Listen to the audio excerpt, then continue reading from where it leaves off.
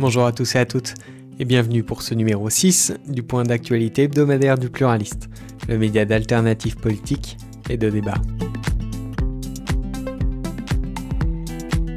N'hésitez pas à vous abonner à notre chaîne, nos podcasts, et à nous suggérer dans les commentaires des sujets qui vous intéresseraient que l'on traite. Comme à chaque grande échéance électorale, les sondages sont omniprésents. L'expérience devrait pourtant inciter les médias et les instituts à la modération. Il suffit de se souvenir des plus grandes surprises de ces dernières années. Le vote du oui pour le Brexit en 2016, l'élection de Donald Trump la même année. Plus proche de nous, lors des élections régionales cette année, le vote en faveur du Rassemblement national a été largement surestimé dans les sondages, avec des écarts atteignant plus de 10% entre les prévisions et les résultats. Petite plongée aujourd'hui dans la fabrication des sondages. Historiquement, les sondages d'opinion sont apparus aux États-Unis. Leur inventeur, George Gallup, avait réussi en 1936 à contredire tous les pronostics sur l'élection présidentielle, opposant alors Franklin Roosevelt à Alf Landon. À partir d'une enquête réalisée seulement auprès de 10 000 Américains, formant un échantillon représentatif de la population, il prédit le résultat de l'élection, faisant mentir les traditionnelles consultations, des revues réalisées auprès de leurs électorats, rassemblant pourtant des millions de personnes. Les sondages débarquèrent en France en 1938, sous l'impulsion de Jean Stotzel, qui fonde la même année l'IFOP, l'Institut français d'opinion publique, le premier institut de sondage de l'Hexagone. Depuis, les sondages sont omniprésents. 193 sondages ont été réalisés en lien avec l'élection présidentielle de 2002. 293 en 2007, 409 en 2012, 560 en 2017. À chaque fois critiqués, à chaque fois abondamment commentés. Penchons-nous sur l'évolution des méthodes. Historiquement, dans les années 30, il s'agissait pour les sondeurs de se rendre chez les gens, taper aux portes, littéralement, puis, a posteriori, de construire un échantillon représentatif. Fiable, oui, mais très coûteux. Avec le téléphone, les questionnaires ont commencé à être administrés à distance, permettant une nette réduction des coûts. Cela a fonctionné tant que chaque domicile disposait d'un téléphone fixe et qu'il n'y avait pas une sursollicitation téléphonique. Le taux de réponse a commencé à diminuer, il a fallu progressivement jusque 10 appels pour compléter un seul questionnaire. Puis Internet est arrivé, nouveau changement de méthode. Désormais, les répondants ne sont plus démarchés au hasard, ils s'inscrivent à des panels, répondent à des enquêtes et perçoivent en contrepartie des points, équivalents pour chaque enquête à moins d'€1. En soi, cette seule évolution serait un motif légitime de ne plus y accorder d'attention, car évidemment cela change tout. Quelles sont leurs motivations pour s'inscrire ? Est-ce qu'il s'agit de militants qui espèrent peser ? Est-ce que ces répondants cumulent des réponses à les sondages pour gagner le plus de points possible et en faire une sorte d'activité rémunérée ? Cela ne veut pas dire pour autant que les deux premières méthodes, les rencontres physiques et les entretiens téléphoniques, étaient des méthodes idéales. La surprise de l'arrivée de Jean-Marie Le Pen au second tour de l'élection présidentielle de 2002 a été l'occasion pour les sondeurs de réaliser que les électeurs du FN étaient très peu enclins à révéler la nature de leur vote par téléphone, ce qui les a incités par la suite à corriger davantage les intentions de vote en faveur de ce parti. Si ce problème ne se pose plus lorsqu'un internaute est devant son écran, d'autres difficultés ont vu le jour.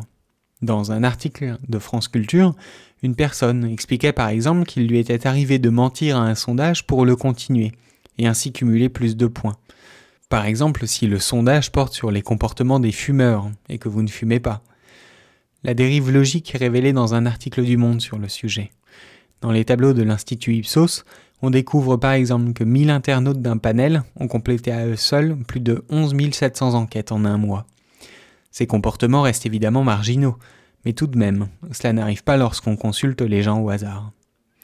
Cette dérive peut être d'autant plus importante qu'aucun contrôle n'est fait pour vérifier qu'une même personne n'est pas inscrite à la fois dans les panels de plusieurs instituts. La seule chose que vérifie l'Institut, c'est que le panel final soit représentatif de la population globale. Mais ce n'est pas évident. Un autre biais de cette méthode par Internet est la sous-représentation de certaines classes de la population. Les retraités peu qualifiés, les membres des classes populaires, les artisans, commerçants. Pour pallier à ces difficultés, les instituts de sondage effectuent a posteriori ce qui s'appelle des redressements sur les résultats obtenus pour coller au plus près de la structure réelle de la société, sur les critères socio-économiques, par exemple l'âge, la profession, le lieu d'habitation. Les instituts peuvent également redresser les résultats quand des questions font référence au passé. Si par exemple une question porte sur le premier tour de la présidentielle de 2007, pour donner les résultats qui ne sont pas conformes à ce qui s'est réellement passé, les sondeurs vont augmenter ou diminuer en proportion les résultats des candidats concernés. Aujourd'hui, par exemple, les sondages dont une question porte sur le premier tour de 2017 indiquent qu'Emmanuel Macron a réalisé plus de 24%. Dans ce cas de figure, le sondage publié diminuera en proportion les résultats du vote en faveur d'Emmanuel Macron. Chaque entreprise de sondage réalise ses propres ajustements en secret. Pour des raisons de secret industriel, aucune information n'est publiée à ce sujet. Compte tenu de ces biais, alors, pour quelles raisons ne fait-on pas moins d'études, mais de meilleure qualité ? Eh bien, on peut dire en fin de compte que les médias, comme les entreprises de sondage, ont intérêt à ce que des sondages soient diffusés. Pour les médias, cela permet d'alimenter le flot d'informations et de commentaires. Pour les instituts de sondage, c'est une activité minoritaire, mais de puissants instruments de communication. Au quotidien, l'essentiel de leur activité consiste à réaliser des études marketing pour des entreprises privées sur des objets de consommation, tout ce qu'il y a de plus classique. Les sondages politiques, eux, sont peu profitables, car les médias ou les partis politiques demandent très souvent des tarifs en dessous des prix du marché. En revanche, cela permet aux instituts d'être cités dans les grands médias, et donc d'améliorer leur notoriété auprès de leurs clients et prospects. D'ailleurs, toujours pour limiter les coûts, les entreprises de sondage s'appuient également sur des groupes privés qui vont les cofinancer. On entend donc parler par exemple des sondages Ipsos-Sopra Steria. Ipsos, qui se définit comme leader mondial des études de marché, s'associe avec Sopra Steria, une société de conseil en informatique qui y trouve son intérêt en étant systématiquement citée dans les grands médias. Outre les médias, les partis politiques non plus ne sont pas en reste. Pour sa campagne en 2017, Emmanuel Macron a dépensé plus de 325 000 € pour les sondages, contre près de 200 000 pour François Fillon et Marine Le Pen. Dans cette catégorie, les records furent battus à l'élection de 2012, 836 000 € pour Ségolène Royal et seulement 527 000 pour Nicolas Sarkozy.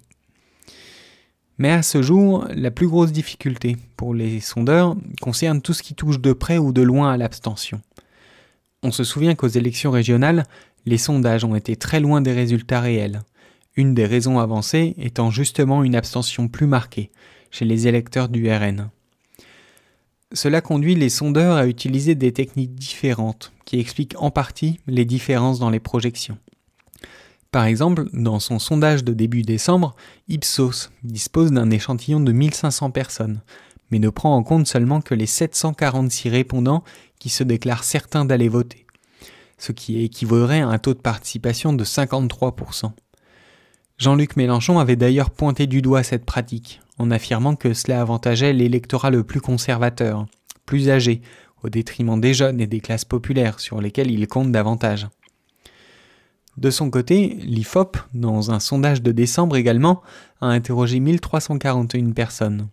L'Institut procède différemment et recueille les intentions de vote de toutes les personnes inscrites sur les listes électorales, même si parmi elles, seulement 49% se déclarent tout à fait certaines d'aller voter. Et dans un second temps, ils effectuent des pondérations pour donner davantage de poids aux électeurs certains d'aller voter. Enfin, un autre institut, ELAB, qui réalise les sondages pour BFM, utilise encore une autre méthode. En demandant déjà sur une échelle de 1 à 10 aux sondés s'ils pensent aller voter, 10 étant le maximum, ils prennent en compte ensuite les résultats des gens ayant indiqué une intention de vote comprise entre 8 et 10. À propos des sondages, Pierre Bourdieu dénonçait leur effet d'imposition, la manière dont ils forcent les gens à répondre à des questions qu'ils ne se posent pas.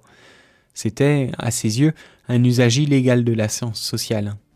C'est pourquoi il souhaitait leur régulation stricte par une autorité, et que les journalistes, les hommes politiques, les considèrent de manière soupçonneuse, avec vigilance.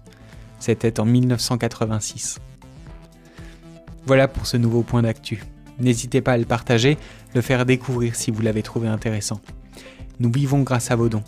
Alors si nos émissions vous intéressent et que vous le pouvez, pensez à nous soutenir sur notre page Tipeee ou directement sur notre site internet avec un don défiscalisé. Merci et à la semaine prochaine.